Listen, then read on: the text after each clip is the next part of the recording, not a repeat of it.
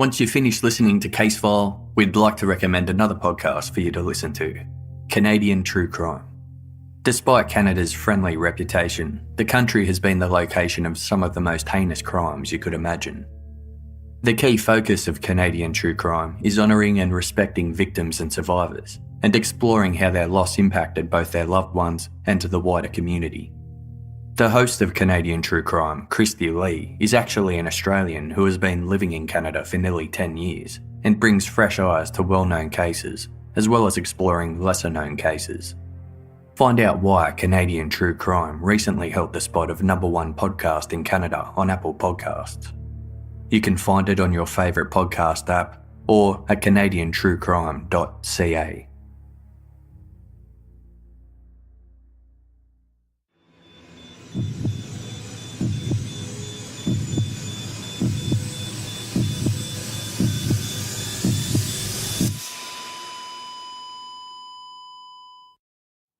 Our episodes deal with serious and often distressing incidents. If you feel at any time you need support, please contact your local crisis centre. For suggested phone numbers for confidential support, please see the show notes for this episode on your app or on our website.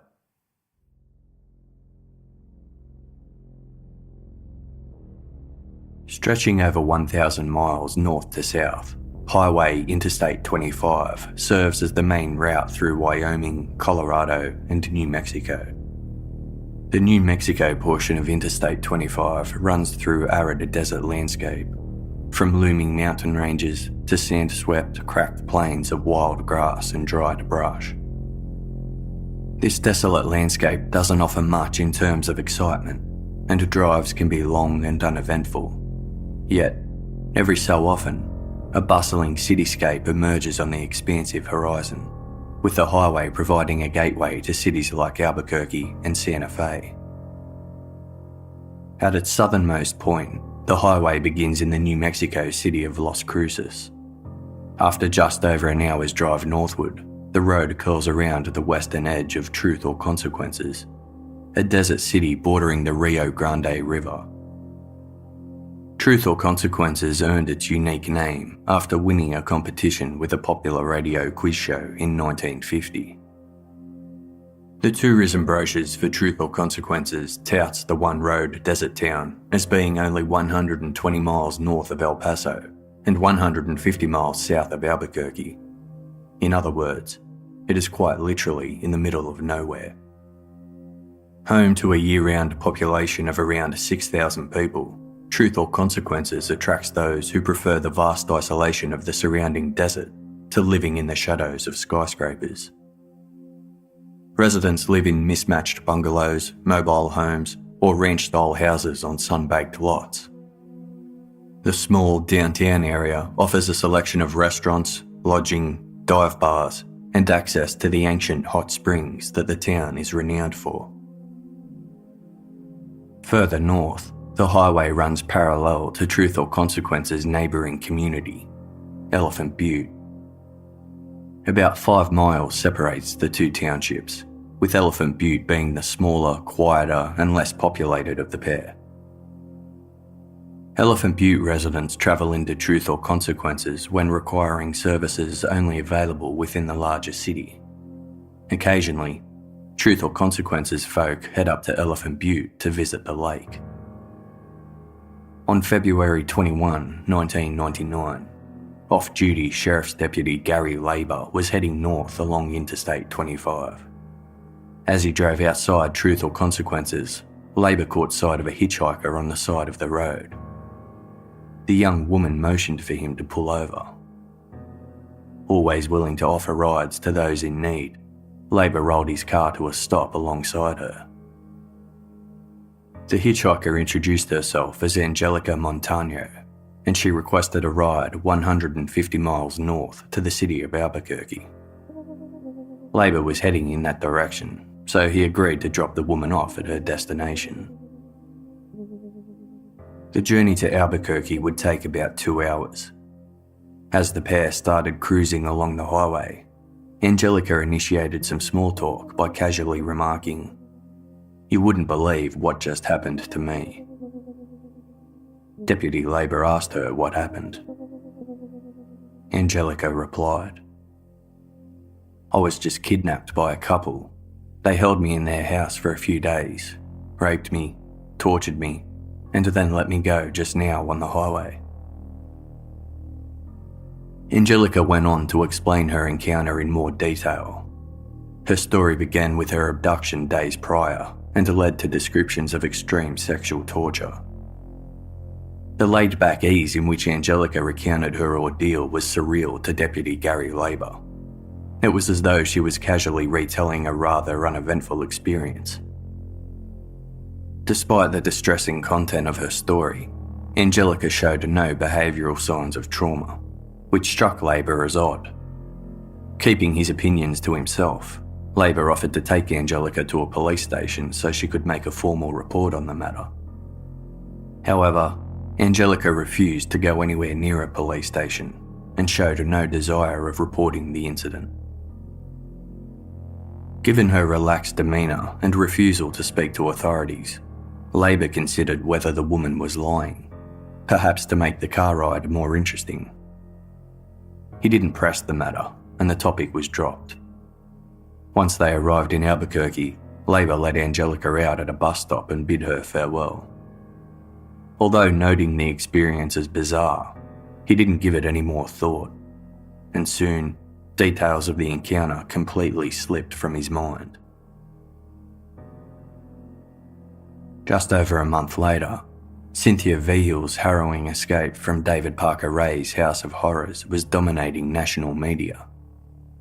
Reports of potentially dozens of women being held captive on a suburban property within the sleepy township of Elephant Butte was unlike anything anyone had ever heard before. Except for Deputy Gary Labour. When he heard the news, memories returned of the hitchhiker he picked up on Interstate 25 from outside Truth or Consequences a month earlier. Her story of abduction and torture bore striking similarities to the one told by Cynthia Vihill. Now convinced the hitchhiker had been telling the truth, Labour contacted the investigators who were overseeing the David Parker Ray case and reported his interactions with the woman. Investigators were convinced Labour had inadvertently crossed paths with another one of David Parker Ray's victims. Yet, complicating the matter was Labour's inability to recall the woman's name. Despite this, the details of her suffering was something he could never forget.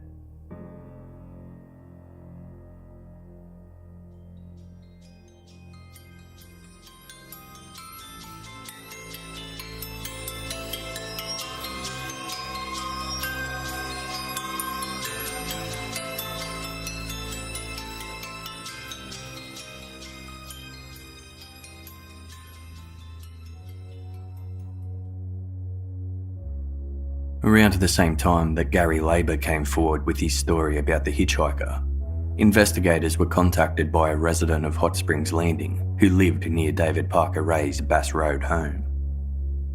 The man claimed to have important information related to the case and agreed to participate in a formal interview. His name was John Branner, and he arrived to the police station accompanied by his wife, Jean Branner. The couple were acquaintances of Cindy Hendy, David Parker Ray's partner and co-accused. The Branners met Hendy when she first arrived in town in the summer of '97. Upon her arrival, Hendy had stayed in a motel managed by Jean Branner, and Jean took Hendy under her wing. The women became friends, and Hendy would visit the Branners' house often. The Branners lived only 8 blocks away from David Parker Ray, so after Cindy Hendy moved in with Ray, the Branners saw her more frequently. During these visits, Hendy revealed a lot of intimate details about her relationship with Ray, some of which were so shocking, they were hard to believe. During one of her recent visits to John and Jean's house, an intoxicated Hendy divulged a disturbing story about her boyfriend. Hendy revealed David Parker Ray had abducted and sexually tortured a woman in his trailer, holding her captive for several days. Ray struck a deal with his prisoner, agreeing to release her on one condition, that she never spoke of what happened. Ray and Hendy dropped her off on the side of Highway Interstate 25, just outside the neighbouring city of Truth or Consequences. Hendy referred to the woman as Angela. The Branners brushed off Hendy's drunken story as just that, a story, as Hendy had a reputation for saying outrageous things purely for the shock value. Consequently, the Branners never considered speaking to police about what Hendy had told them. It wasn't until they heard news of Cynthia Vehill's escape from David Parker Ray's property that the couple suspected Hendy's story about Angela could in fact be true. The Branners weren't actually the first to mention the story. After Cindy Hendy's arrest, she told police about Angela, a victim Ray had left on the side of a highway back in February. Between Deputy Gary Labour, the Branners, and Cindy Hendy, it appeared all of them were referring to the same woman. By piecing these stories together, investigators gathered that Ray and Hendy had abducted Angela in February and held her captive for several days before releasing her on Interstate 25, where she was picked up by Deputy Gary Labour and left in Albuquerque. Then later, Hendy drunkenly confessed to the Branners about what she and Ray had done. Investigators were certain Angela existed and could only hold out hope she would come forward and make a report. But for Angelica Montano, she readily dismissed the thought of going to the police. Since her ordeal at the hands of David Parker Ray and Cindy Hendy, Angelica had been living in constant fear. Considering herself lucky to have even survived, Angelica made an abrupt move to Albuquerque on the day of her release, leaving her life in Truth or Consequences behind. She hoped creating distance between herself and her captors would stop them from coming after her again. Angelica had already broken her promise to remain silent, twice. First, she spoke of her captivity to the man she hitched a ride from to Albuquerque, and then again to a close friend when she arrived in town. Fearing what Ray would do to her if he found out she broke her part of the deal, Angelica decided not to make matters worse by reporting the incident to authorities. A month later, Angelica's friend heard of the arrests of David Parker Ray and Cindy Hendy and convinced Angelica it was now safe for her to return to Elephant Butte and report her abduction to police.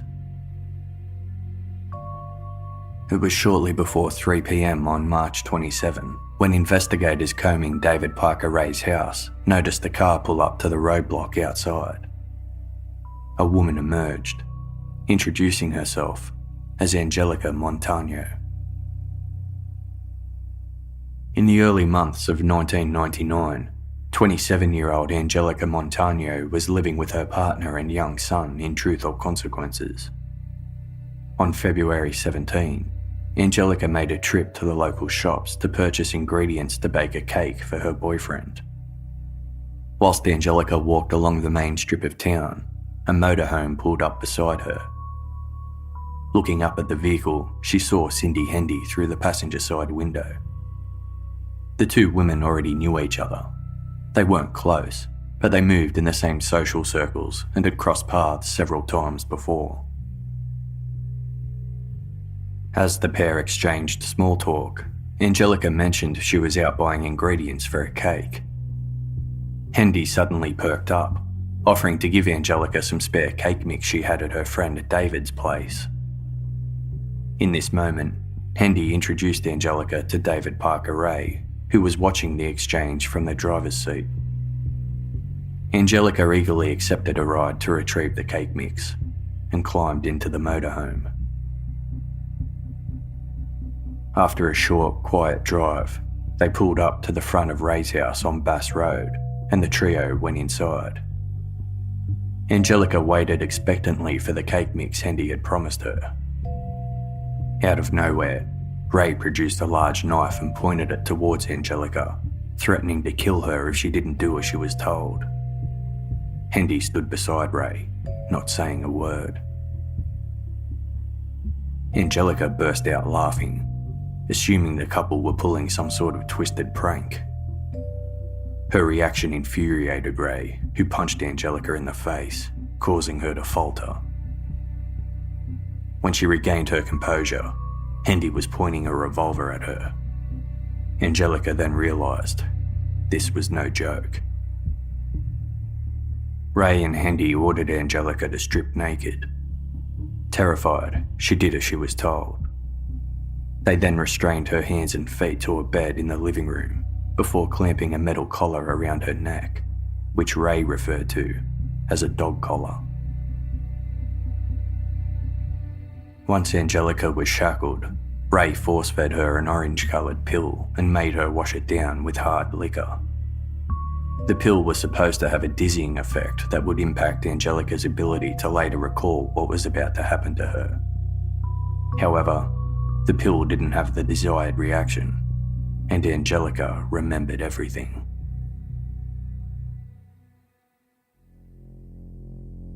Ray walked over to a cassette player and pressed the play button. The sound of his voice emanated from the audio tape inside. Completely restrained, Angelica could do nothing else but listen.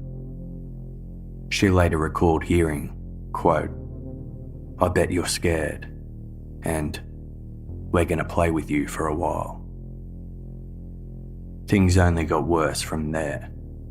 Over the next 5 days, Ray and Hendy held Angelica prisoner at the house on 513 Bass Road, where she was repeatedly tortured and assaulted in a manner that held striking similarities to the ordeal Cynthia Vigil had endured. During this time, Angelica recalled being taken into Ray's toy box twice. At one stage, Angelica heard Ray and Hendy debating over ways in which they could get rid of her. Ray proposed 2 options. The first was to inject Angelica with a solution of potent drugs that would blank out her memory so she would forget what happened. His second option was to kill her. When Angelica overheard her captors discussing ways to dispose of her body, the very real possibility that she might die soon propelled her into survival mode.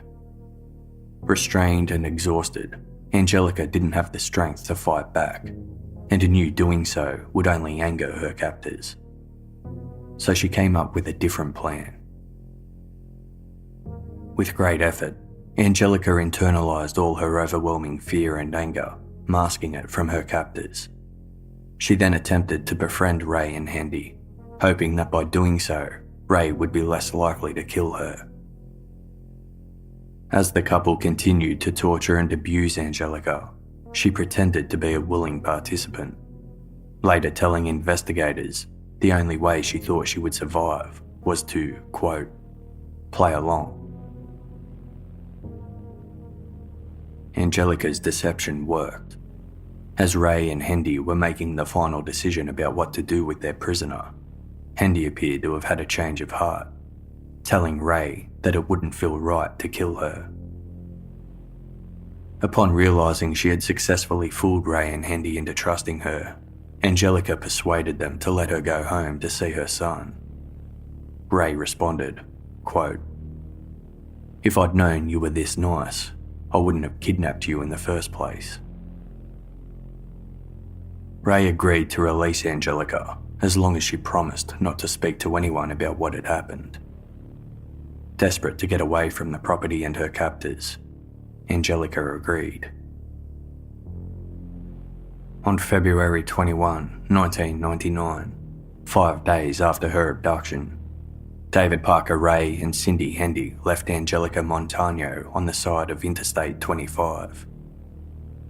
Despite Hendy referring to her prisoner as Angela, it was clear she was misnaming Angelica, as when Deputy Gary Labour was later shown a photograph of Angelica Montano, he confirmed she was the hitchhiker he had picked up and taken to Albuquerque. With the discovery of a second survivor, the sordid life of David Parker Ray became a media obsession, and their presence in Elephant Butte quickly overwhelmed the small town. They sought answers to the perplexing question of how such horrific crimes could have occurred right under the noses of the local community, without anyone suspecting a thing. Ray's property on Bass Road was not hidden in the wilderness, nor tucked away in an isolated area of the desert. It sat on a half-acre suburban block with neighbours on all sides. Parked at the rear of the property was Ray's infamous toy box trailer, sitting in plain sight of passers-by. But Elephant Butte's locals could offer no answers. The mayor of Elephant Butte, Bob Barnes, would later express his shock at the situation, speaking of how the case had simply crashed in on them and left the town feeling violated. To locals, Ray and Hendy carried themselves like any normal couple and raised absolutely no suspicions. David Parker Ray was regarded as clean-cut and intelligent, a simple man who lived a routine life. On weekdays, he'd stop by the same gas station to purchase donuts and lunch supplies with his state parks co-workers. During these visits, the station's manager would give Ray free coffee. When images of a handcuffed Ray being led away by police flashed across television screens, friends and neighbours felt they were looking at a monster they didn't recognise. Like her partner, Cindy Hendy also came across as ordinary. She was an avid reader who enjoyed romance novels, Christian radio stations, and adored her small dog named Rat. According to those who knew her, Hendy had become noticeably happier since moving in with Ray, which they attributed to love. One of the more candid insights into Cindy Hendy's real character came from her longtime acquaintance, John Branner. In an interview with Albuquerque television news station KOB-TV, Branner repeated many of the same stories about Hendy that he had told police during previous interviews, including the time Hendy drunkenly confessed to him that David Parker Ray was responsible for hundreds of deaths. Hendy allegedly stated, quote, "I've always been interested in serial killer magazines, and now I'm living with one." Hendy admitted to John Branner that she didn't have a problem with her partner's crimes, as she herself, quote, "got off on the pain." Hendy also bragged about her participation in the abduction and torture of Ray's victims, revealing that she did it for the adrenaline rush. Furthermore, Branner spoke of the time Hendy complained of a bloodstain on her floor that she couldn't scrub away.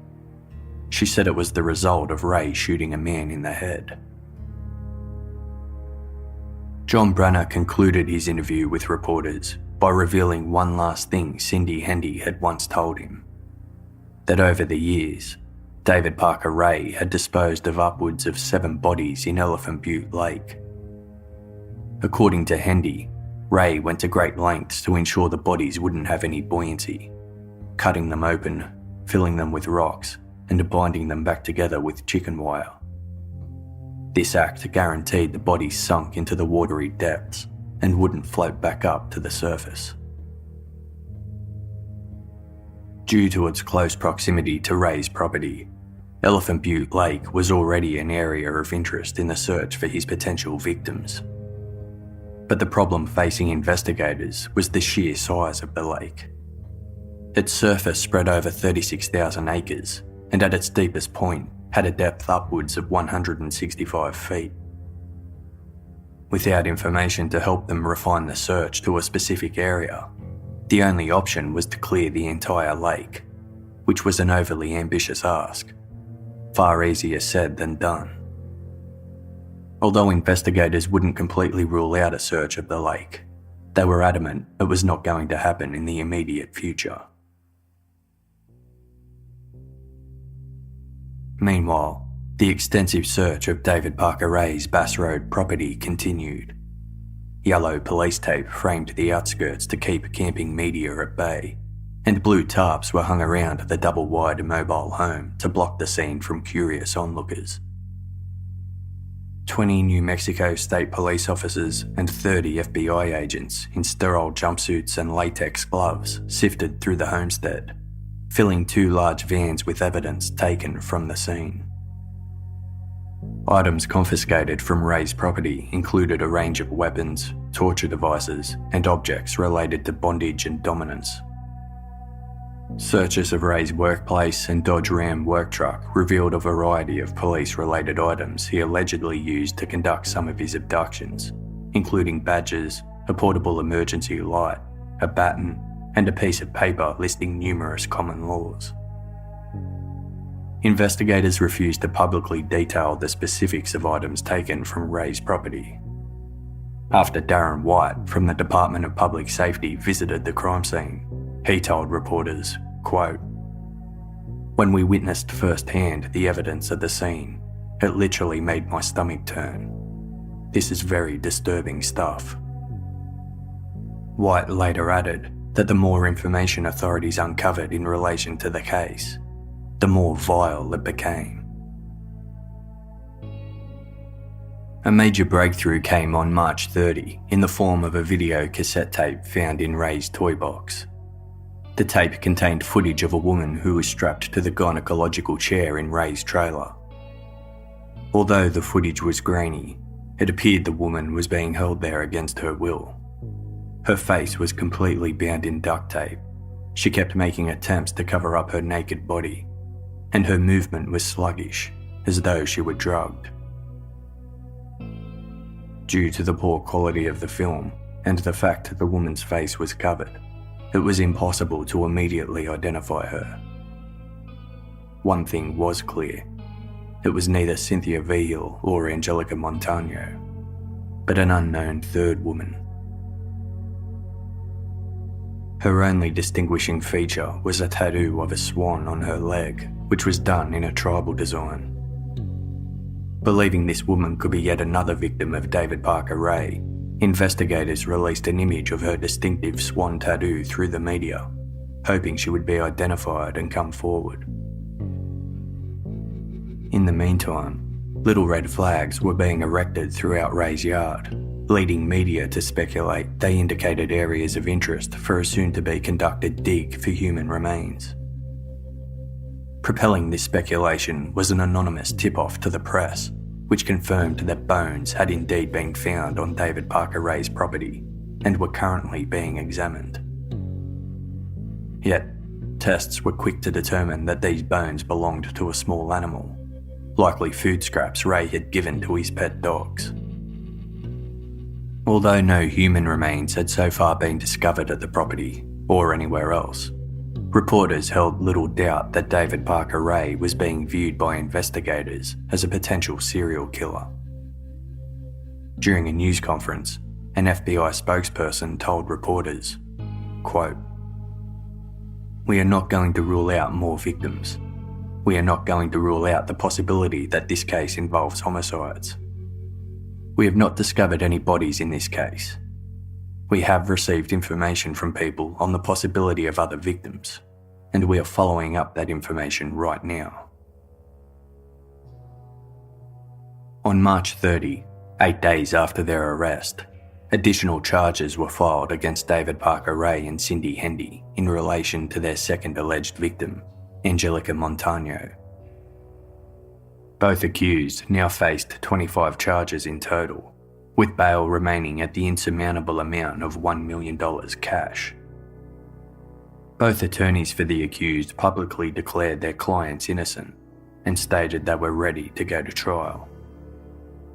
That night, investigators held a town meeting for locals and visiting media, which dispelled many widespread rumours circulating about the case, including one that claimed bodies had been retrieved from Elephant Butte Lake.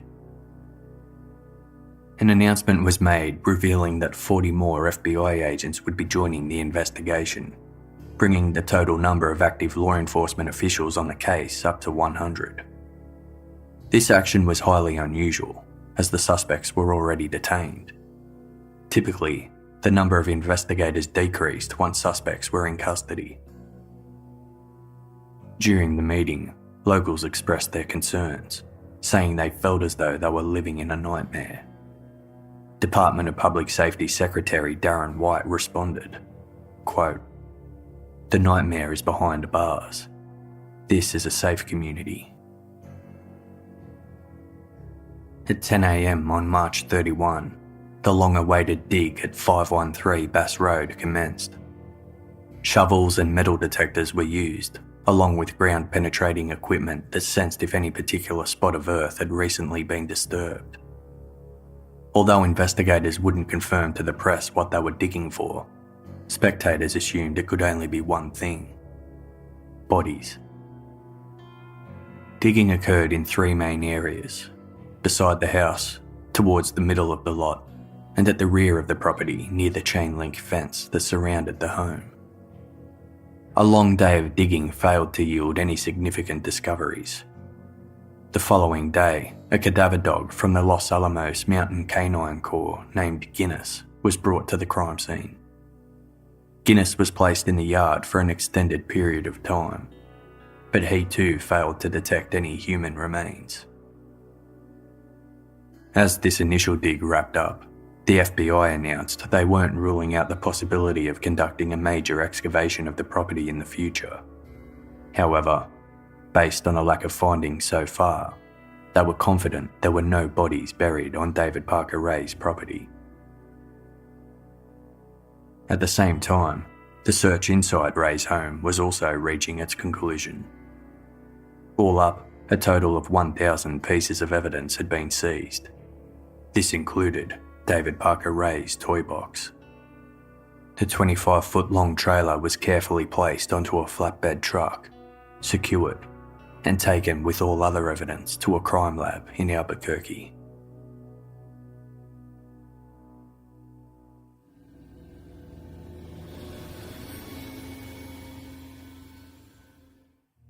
Do the stories we tell sometimes keep you up at night?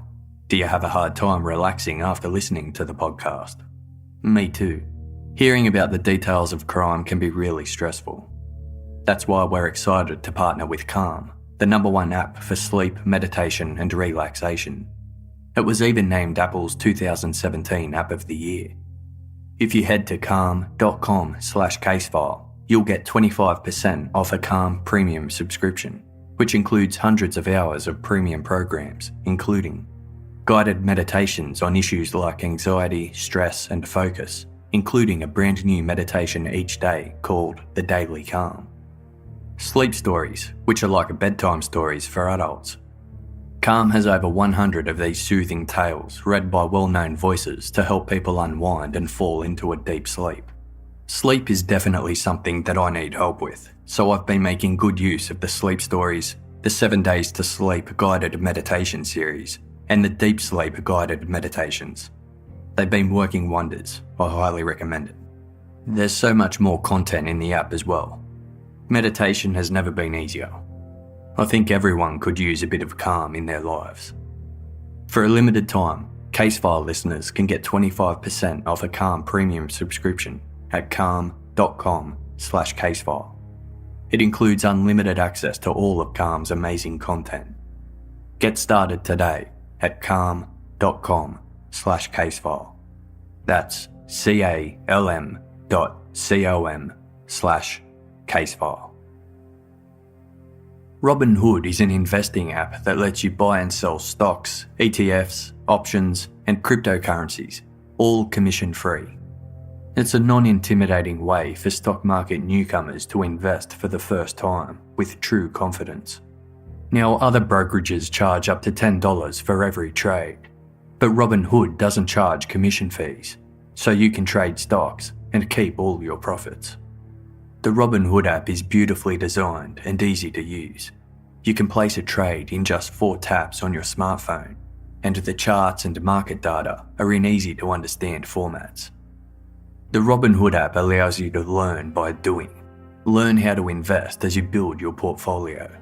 Discover new stocks and track favourite companies with personalised news feeds. And right now, they have an exclusive offer for listeners of Casefile. Robinhood is giving listeners a free stock like Apple, Ford or Sprint to help build your portfolio. Sign up at casefile.robinhood.com. That's casefile.robinhood.com.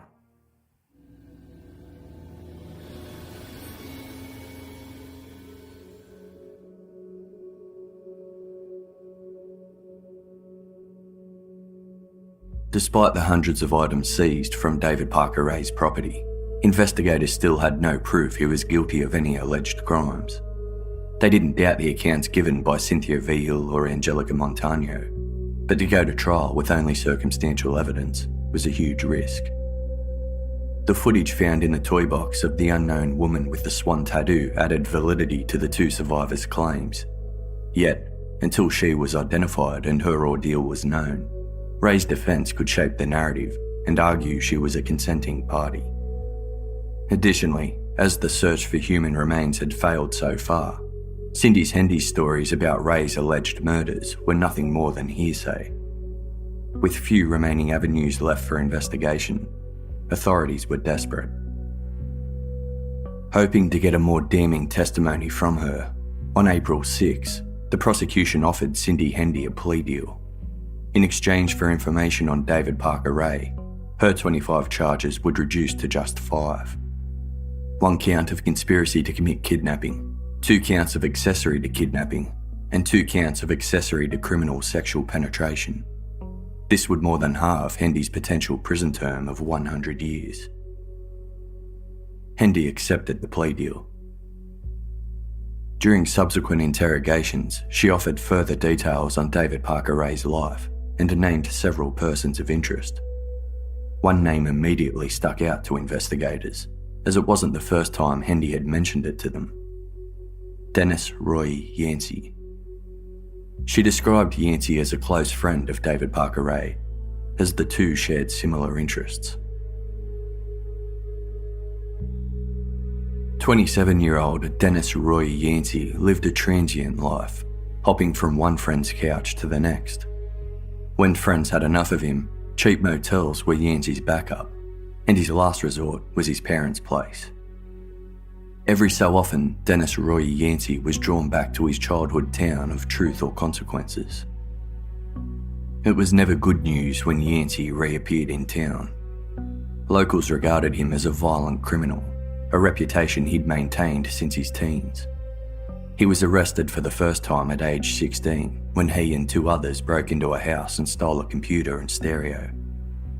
Not long after, Yancy formed a satanic cult with friends. The group terrorised local residents by vandalising gravestones and poisoning small pets. When they threatened to start killing children, local officials cancelled all Halloween festivities in town to pacify concerned parents. Years later, Yancy served in the United States Navy for a brief period of time, but his service ended in a dishonourable discharge. Even Yancy's friends were wary of his behaviour. Many felt on edge around him. It was well known that Yancy had a temper, and when he drank alcohol, which was often, his anger worsened. Violent outbursts would follow where anyone could be a target. His rap sheet included convictions for domestic violence and rape. A friend also recorded Yancy saying he could kill somebody and not blink an eye. Yancy's interest in Satanism wasn't just a passing phase during his troubled youth. He carried his faith in devil worship into his adult life, which led him at 18 years old to form a friendship with a fellow believer, David Parker Ray. Both Denis Roy Yancy and David Parker Ray were followers of the Church of Satan. Members view Satan as a positive archetype, representing pride, liberty, enlightenment, and individuality. Although not supported by the Church, objectionable acts such as worshipping evil forces, animal or human sacrifice, cannibalism, torture, and dark arts have been associated with some believers. David Parker Ray's home was littered with satanic memorabilia, and he referred to his home as the Church of Satan. According to Hendy, Ray touted himself as a dungeon master of the local chapter of the church. She alluded that he used his position to manipulate, control, and torment others, including Denis Roy Yancy, who she described as a, quote, hardcore satanic follower of Ray. It wasn't just their mutual interest in Satanism that drew Denis Roy Yancy and David Parker Ray to one another. Like Ray, Yancy was a sadist, someone who derived pleasure from others' pain or humiliation. A school friend recalled Yancy's vivid stories of his time as a naval officer stationed in the Philippines, where he'd pick up local sex workers and use them to act out his sadomasochistic fantasies. As their friendship blossomed, Yancy would stay at Ray's Bass Road home whenever he was in town. During one such visit, Ray discovered he and Yancy shared a sexual interest in bondage. Whilst Yancy skimmed through a pornographic magazine, Ray pointed to pages featuring pictures of bound and gagged women. Bragging that he and an ex-wife had experimented with bondage, Ray showed Yancy photographs he had taken of a completely restrained woman. Yancy had never met any of Ray's ex-wives, therefore he couldn't confirm the identity of the woman in Ray's photography collection. Investigators believed she was more than likely one of Ray's captives, as he was known to take pictures of the women he had abducted whilst he tortured them. This theory was substantiated when investigators questioned Ray's ex-wives, of which he had several, who all denied participating in acts of bondage with Ray. Knowing that Yancy was a fellow sadomasochist, Ray gave him a tour of the inside of his toy box. Like a teacher educating an eager pupil, he explained how each of his different devices and instruments worked, including how to use nipple clamps and administer electric shocks. Soon, Yancy and Ray's friendship involved entertaining their two mutual interests, Satanism and sadism. The pair engaged the services of sex workers to participate in consensual acts involving bondage and sadomasochism. Some of these instances occurred within Ray's toy box. Later, when Hendy came on the scene, the three would participate in such sex acts together. In describing Yancy's overt devotion to his master Ray, Hendy proceeded to make serious allegations implicating both men in a murder. Hendy alleged that Yancy and Ray once held Yancy's ex-wife captive at 513 Bass Road. After days of torturing and sexually assaulting the woman, Ray ordered Yancy to kill her. As Yancy strangled his ex-wife to death, Ray stood in a corner taking photographs. Afterwards, the men bundled the woman's body into Ray's car and drove out into the desert. During the trip, Yancy continued to violate his ex-wife's body. Eventually, they reached a suitably isolated location where the pair disposed of the body, taking extra care to ensure that it wouldn't be found. In the following days, Yancy got drunk and was in such a state of euphoria that Ray grew increasingly concerned that his young accomplice would tell someone about what they had done, or worse still, reveal the location of the body. Unbeknownst to Yancy, a week after the murder, Ray returned to the spot where they had left the body and moved it to a different location. Although Ray later told Hendy of having relocated the body, he didn't specify exactly where. Hendy claimed this murder took place years before she even met David Parker Ray, and she only knew about it because he bragged about it to her. Although incriminating, it was immediately clear the accusations made by Hendy against Denis Roy Yancy for the murder of his ex-wife didn't hold up. A quick background check by investigators uncovered that Yancy had never been divorced, and thus never could have had an ex-wife. He was currently married to a woman named Christina, who investigators found alive and well. In another blow to Hendy's story, Christina defended her husband, denying claims Yancy was a sexual sadist. She insisted he had never shown an interest in what she described as, quote, deviant sexual behaviour. Christina didn't deny her husband's friendship with David Parker Ray, recalling several instances where Yancy took her to visit 513 Bass Road. The first was on their wedding day in September 1997. The newlyweds were heading to Elephant Butte Lake when Yancy made a brief stop at Ray's house on the way. During another visit, Christina's 3-year-old child was playing in Ray's yard and wandered in the direction of a large white trailer towards the rear of the property. Ray quickly stopped the child and warned Christina that they could never go back there. Christina respected Ray's demand, but noted it as odd. Christina further revealed that during a brief separation with her husband in 1998, Yancy had commenced a sexual relationship with Cindy Hendy. When Christina and Yancy got back together, he confessed that the pleasure Hendy found in violent sex acts had made him uncomfortable. Christina also noticed her husband had developed an emotional drinking habit during this time. Investigators tracked Denis Roy Yancy to an address in Williamsburg, a small village on the western edge of Truth or Consequences. He was a fairly unremarkable man of lean build, with sharp cheekbones and a head of dark hair. He agreed to be interviewed about the David Parker Ray case, but information gained amounted to very little. Yancy admitted he participated in consensual sex acts with Ray and Cindy Hendy. He also revealed that Ray would occasionally invite sex workers who specialised in bondage and sadomasochism to join them in the toy box. During one trip to obtain the services of a sex worker, Ray expressed an interest in abducting an unwilling participant to truly fulfill their sadomasochistic desires. But Yancy assured investigators they never acted out on the idea. Yancy firmly denied the accusation that he had strangled a woman to death in Ray's toy box. He insisted that all sex acts done inside the trailer involved consenting and willing parties.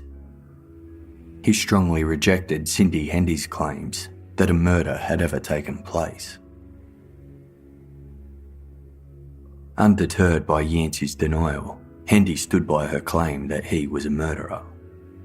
Inquiries continued, but without evidence, investigators couldn't even be sure a murder had even taken place.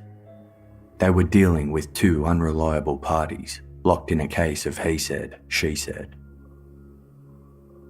On the afternoon of April 9, 1999, police held their third interview with Denis Roy Yancy in an interrogation room at the Truth or Consequences State Police Office.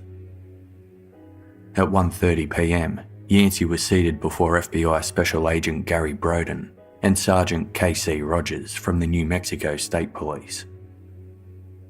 Rogers had been on the David Parker Ray case since the beginning. He had entered and searched the infamous toy box torture chamber, observed the confronting evidence collected from Ray's home, and listened to the disturbing details about the heinous crimes he'd committed. Further adding to the sheer horror of the case was the knowledge Ray had accomplices. Criminal couples were not unheard of, therefore Hendy's involvement, though shocking, was not unique. It was Denis Roy Yancy's alleged involvement that stuck out as particularly concerning. If what Hendy said was true, Ray had roped a complete outsider in on his despicable acts. It was yet to be determined if that was an indictment on Ray or Yancy. Rogers desperately wanted justice for the victims, but every new breakthrough in the case had so far led to a massive roadblock. In Yancy's third interview, investigators' line of questioning centred around a detail Cindy Hendy had mentioned in one of her statements. She alleged that when Yancy strangled the woman to death in the toy box, the victim lost control of her bodily functions. Investigators told Yancy they intended to test the floor of the trailer for DNA to determine if what Hendy said was true. Yancy continued to deny any involvement. Sergeant Rogers was nearly at his wit's end. He looked Yancy straight in the eye and said they could obtain DNA from all kinds of sources. Quote, "Like that poor woman who lost control of her bodily functions and pissed on the floor when you were sitting on her chest, choking the life out of her." Rogers' blunt comment seemed to switch something inside of Yancy's mind. He snapped back, quote, "I was forced to do it. They made me strangle her." Stunned by Yancy's sudden confession, Rogers pressed for more information, but a panicked Yancy just kept repeating, quote, "I was forced into doing it. I didn't want to choke her. After calming down, Yancy asked for a lawyer, but quickly changed his mind and instead offered a full confession.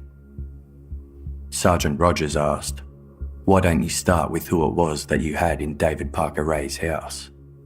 Who was it that you all killed?" Without hesitation, Yancy replied, "Marie Parker." Marie Parker was a 22-year-old single mother of two. She and Denis Roy Yancy had been a couple back in 1993, but their relationship wasn't healthy. At one point, Marie confided to a neighbour that Yancy had raped her. Marie told others of a growing fear she had of her boyfriend, remarking that she no longer felt safe being in the same room with him unless another person was present. The relationship ended after Marie reported Yancy for domestic violence, a charge that led to a conviction. Years later, around the end of June 1997, Marie was evicted from her apartment for failing to pay rent. She had since been living in a tent on the western shoreline of Elephant Butte Lake, behind the suburban estate of Hot Springs Landing. To ensure her two young daughters had a warm bed and a roof over their heads, Marie sent them to stay with people she trusted until she got back on her feet. On the morning of July 5, 1997, Marie took her daughters to the local swimming pool and spent the day with her brother and a friend. That afternoon, she dropped her daughters off at a friend's house before heading back to her lakeside tent. At around 5 p.m, Marie left the camp in her 1993 Geo Metro car and drove to the Blue Waters Saloon, the local watering hole in Elephant Butte. Her night was spent drinking and dancing with friends. Shortly before midnight, Marie mentioned to others that she had to go and check on her daughters, but would return to the bar later. Yet, by the time the bar had closed, Marie was nowhere to be seen. Assuming Marie was with her daughters, her friends were startled to spot her car in the saloon's parking lot.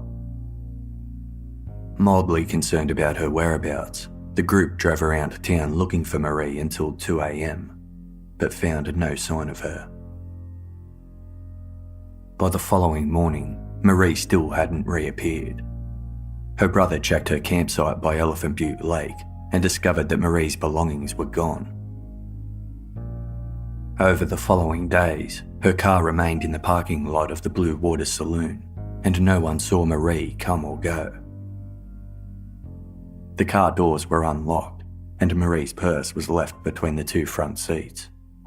Her most recent paycheck was unclaimed at the convenience store where she worked. When Marie still hadn't shown up by July 7, her family reported her missing. A police officer attempted to locate Marie. During their investigations, they learnt she was known to occasionally use an alias, Angel Morrison. Marie also had a history of suffering from suicidal thoughts. Based on this information, police believed Marie Parker had either taken her own life or left town for good under her alias, although the investigation ended without evidence to prove either theory, so Marie Parker's missing persons file remained open. Throughout the following weeks, months and years, Marie's family refused to give up and continued to search for her. During a telephone interview with the press, Marie's mother stated, quote, "I have been searching and searching for 2 years. I've got her on almost every prayer chain in the entire United States. 2 years is a hell of a long time to go without your friend, your daughter, your blood." On April 9, 1999, almost 2 years after Marie Parker disappeared, Denis Roy Yancy finally revealed the truth about what really happened to his ex-girlfriend. Living and working in Albuquerque at the time, Yancy was surprised when his estranged father, Martin, contacted him and suggested they take a road trip together to get reacquainted. Martin was a paraplegic Vietnam War veteran who had since taken up painting. He planned to fund their trip by selling his artwork along the way. Feeling like he was going nowhere in his current job, Yancy agreed to join his father on the road.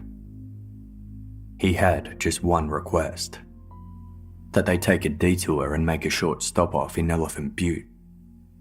Yancy explained he had some stuff he wanted to pick up from a friend's house, and also wanted to stop by to wish his sister a happy birthday as she lived in the area. Martin agreed. After the 150-mile drive south, Yancy, in the company of his father, went to visit his old friend, David Parker Ray. As it was the 4th of July weekend, accommodation options were limited in Elephant Butte, as the town was busy with tourists spending the holiday celebrating at the lake. As such, Ray happily invited his visitors to stay at his house. Denis Roy Yancy spent Saturday, July 5 drinking steadily at Ray's place until he felt buzzed. Later that night, a visitor arrived to 513 Bass Road. It was David Parker Ray's 30-year-old daughter, Glenda Jean Ray, better known by her nickname, Jessie. Drugs were a major problem in both Elephant Butte and its neighbouring town, Truth or Consequences. Due to their rural locations, the towns tended to attract drifters living foul of the law, or others wanting to outrun their own troubled pasts. Local drug dealers were always ready and willing to make a quick buck off the most vulnerable members in the community. One such dealer was Jessie Ray. She sold crystal meth, cocaine and marijuana to anyone who asked. Jessie was easily recognisable around town. Her presence was often forewarned by the grumble of her motorcycle as it cruised down the main streets. The motorcycle didn't quite suit Jessie, a thin, blonde-haired woman with aviator-style reading glasses, described as quiet and reserved. In much the same way, she stood out at her local haunt, a divey rock-and-roll biker bar in town. But to those who knew her well, Jessie was far from the meek young woman she appeared. She carried a powerful presence which hid a violent streak that would emerge when provoked. Ex-girlfriends had reported her for incidents of domestic violence, but no charges were ever laid. In one incident, she attacked her ex-partner's new girlfriend with pepper spray after Jessie was asked to leave their house. Although she had deep roots in the Elephant Butte community, it wasn't so much a home for Jessie Ray. She moved around often and switched jobs constantly while operating under different aliases: Linda, Brenda, or Sissy. Her employment history included stints as a cab driver, pizza delivery driver, and, following in her father's footsteps, a mechanic. She had a young daughter who was being raised in Louisiana by Jessie's mother, Glenda, David Parker Ray's third ex-wife. Jessie had a temperamental relationship with her father, David Parker Ray. The two were close, but also prone to conflict. Back in 1986, Jessie was living with her father on his ranch in Fence Lake, New Mexico. They grew marijuana in a small greenhouse on their farmland, which Jessie would then sell to locals. In June that year, Jessie accused Ray of withholding money owed to her, and an altercation followed. Seemingly spurred on by this event, she contacted the FBI and volunteered information implicating David Parker Ray in acts of slavery. According to FBI agent Doug Belden, quote, Jessie alleged that David Parker Ray was abducting and torturing women and selling them to buyers in Mexico. Throughout the following year, the FBI dug around to see if they could find anything substantial to support Jessie Ray's claims, but she had been so non-specific that nothing surfaced. The FBI were unable to determine who the alleged abducted victims were, as Jessie offered them no names. Agents visited David Parker Ray's ranch where they questioned him directly, but he confidently denied the allegations. Open and upfront with his answers, Ray gave authorities no impression he was hiding something. Soon after this interview, Ray moved back to Albuquerque, and because he wasn't formally charged, no one followed after him. With absolutely no evidence to support Jessie Ray's accusations, the FBI dropped the case. It was suspected that the whole situation was a lie concocted by Jessie in spite of her father. This all occurred 13 years prior to the arrest of David Parker Ray in relation to the abduction, captivity, and torture of women in Elephant Butte.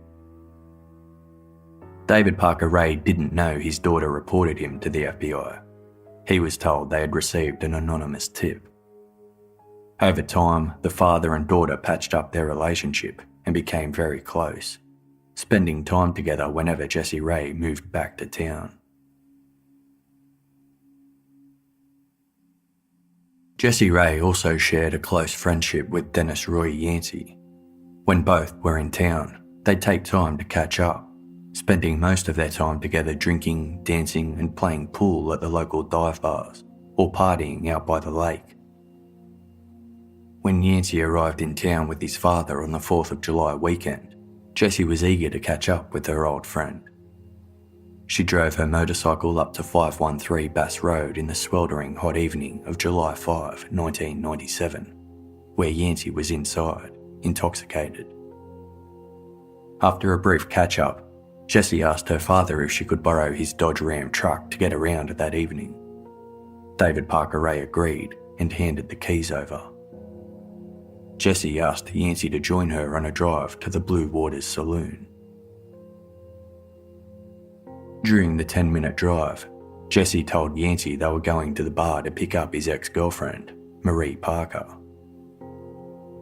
Yancy and Marie hadn't maintained a friendship since their breakup, but they had run into each other at a party the previous day and got mildly reacquainted.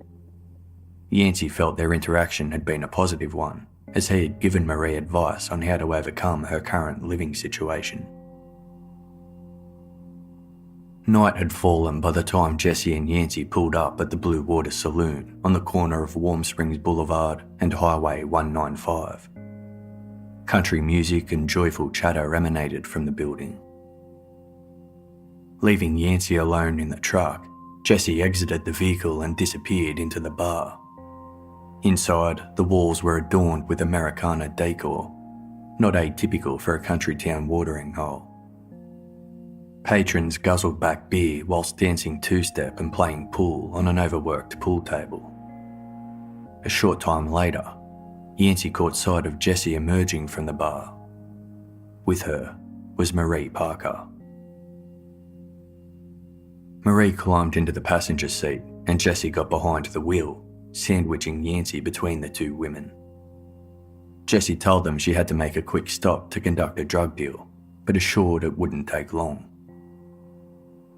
The trio were quiet as Jessie drove into the empty darkness of the town outskirts, stopping a while later at a secluded hilltop. She climbed out of the car, and after looking around, she told the others that the dealer hadn't arrived yet, and they'd have to wait a while.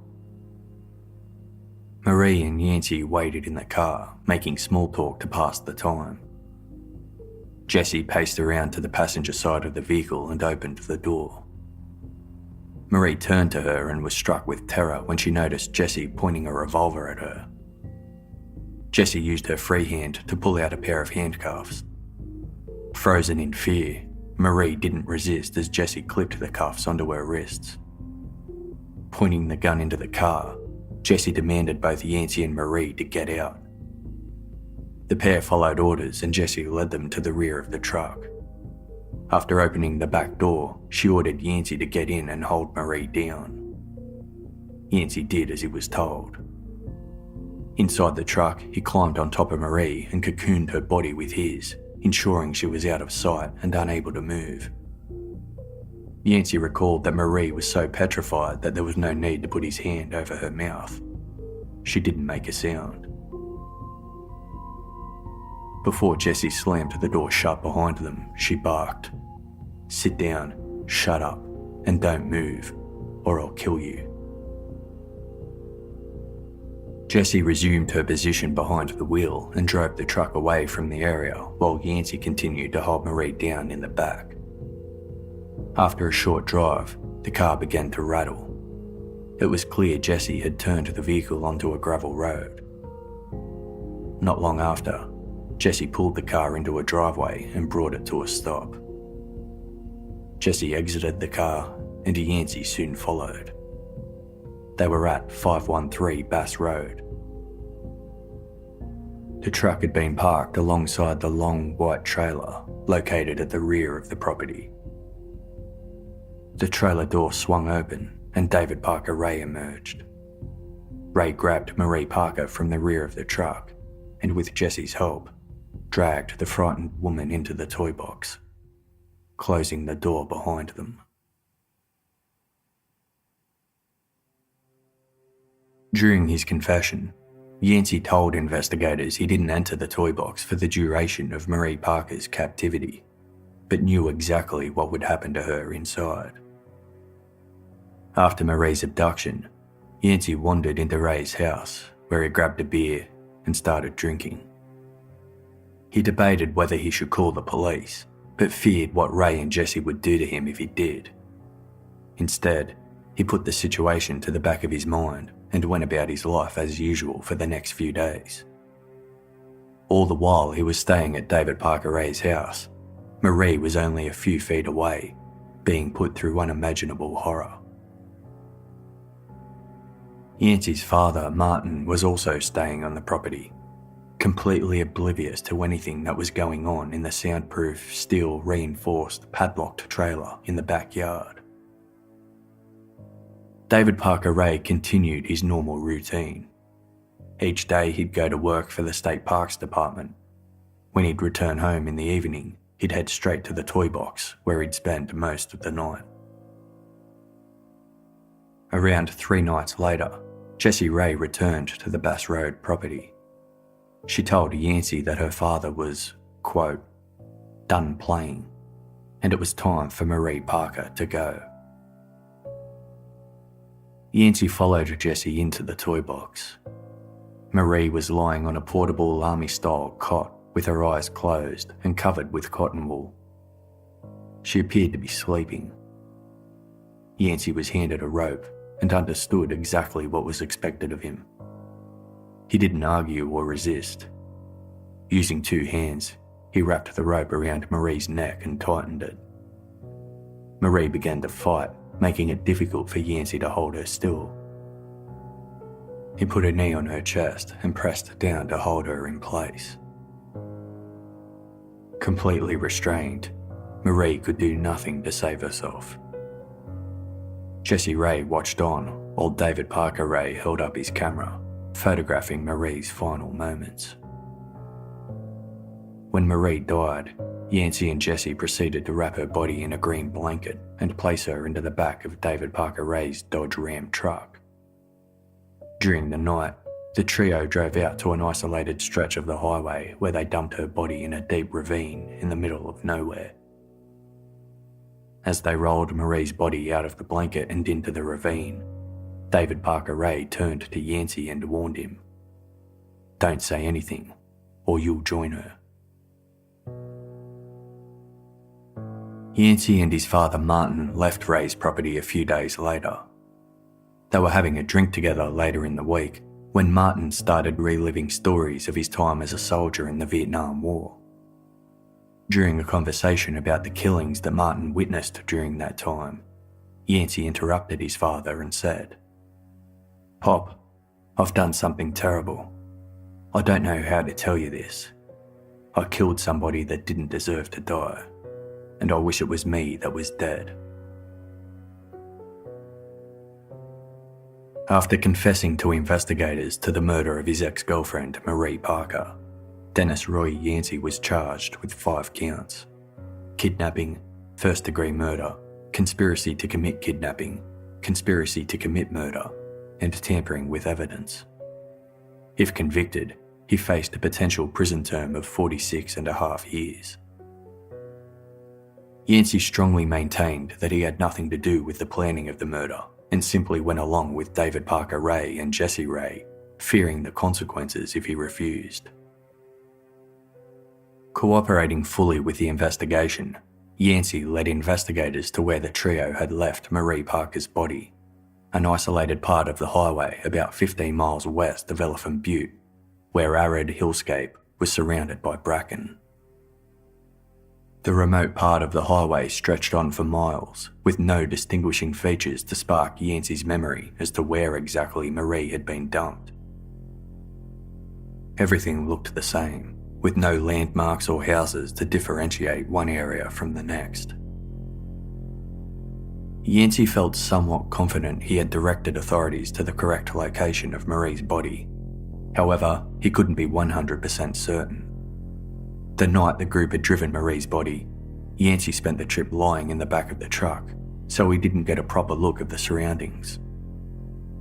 All he could remember clearly was that the ravine was about 25 feet from the edge of the road, and there were large power lines nearby. This information wasn't much help, given that the road, ravine, and power lines stretched on for miles. After an extensive search, authorities were unable to recover Marie Parker's body at the identified site. They suspected Cindy Hendy's part of the story was true, that in the week after the murder, Ray had returned to the scene and moved the body to a different, unknown location. But investigators didn't give up the search. They scanned along highways, less travelled roads, and numerous areas in and around Elephant Butte Lake. Denis Roy Yancy trailed them in handcuffs, eyeing each location in an attempt to jog his memory. But it was fruitless. The search area was simply too vast, covering the state park, highways, caves, abandoned mines, and desert plains. Cadaver dogs were used extensively, but they too found nothing. Over the following weeks, numerous calls came in from hikers and campers having found bones at the Elephant Butte State Park. However, testing revealed none of the bones were human. With no body discovered, Denis Roy Yancy suddenly recanted everything he'd confessed and revealed he would now be pleading not guilty to Marie Parker's murder. On June 30, 1999, a fisherman at Elephant Butte Lake spotted a burlap sack floating across the surface of the water. He retrieved the bag, and when he pulled it close, he noticed it was secreting a strange liquid. Looking inside, he was sickened to discover what appeared to be human remains, and he quickly phoned the police. Tests later revealed the fisherman's suspicions were indeed correct. The burlap sack he'd fished out of Elephant Butte Lake contained human muscle tissue. Investigators didn't have any of Marie Parker's DNA on file to test the tissue against. A search through Marie's medical records failed to provide anything of use. The only possible way of gaining Marie's DNA was to create a reconstruction of it using samples provided by both of her biological parents. Marie's mother agreed to provide a DNA sample. However, Marie's father said he couldn't 100% confirm that Marie was his biological daughter. Ever since Marie was young, he'd toyed with the thought of having a paternity test done to be sure, but it had never gone ahead. Without a reliable DNA sample from either Marie Parker herself or one reconstructed from the DNA of her biological parents, investigators could not confirm whether the human remains found in the lake belonged to Marie Parker. To this day, the remains have never been positively identified, and Marie Parker's body has never been recovered. Marie Parker's murder, although a huge breakthrough, had reached the same abrupt and unresolved conclusion as every other lead in the David Parker Ray case. Determined to find conclusive evidence of David Parker Ray's crimes, the FBI continued to reach out to witnesses and potential victims through the media. News reports prominently featured the image of the swan tattoo belonging to the unknown woman who appeared restrained in the toy box in one of Ray's homemade videos. Investigators were certain the woman in the footage had been held by Ray against her will. As investigators continued to search through files for any unsolved missing persons cases that could be linked to David Parker Ray, a call came in. Someone had recognised the woman with the swan tattoo. To be continued in the third and final instalment of the series, next week.